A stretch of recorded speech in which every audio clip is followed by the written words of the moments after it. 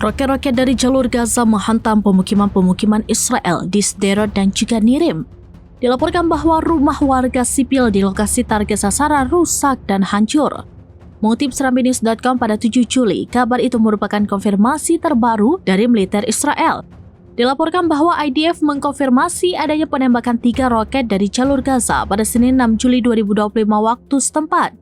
IDF mengklaim 1 roket berhasil dicegat, sementara roket lainnya menghantam kota, menyebabkan kerusakan pada sebuah rumah di lokasi Sderot. Sementara itu, ledakan besar juga terdengar di wilayah selatan Israel akibat peluncuran roket dan upaya untuk mencegahnya.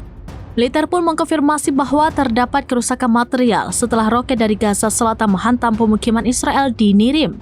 Lebih lanjut, lokasi serangan roket dari Gaza diklaim cenderung menghantam di lokasi yang sama. Selain itu, militer Houthi Yaman tidak tinggal diam saat 3 pelabuhan dan 1 pembangkit listrik negaranya dibombardir Israel. Houthi membalas serangan tersebut dengan menembakkan 2 rudal dari Yaman pada Senin 7 Juli 2025.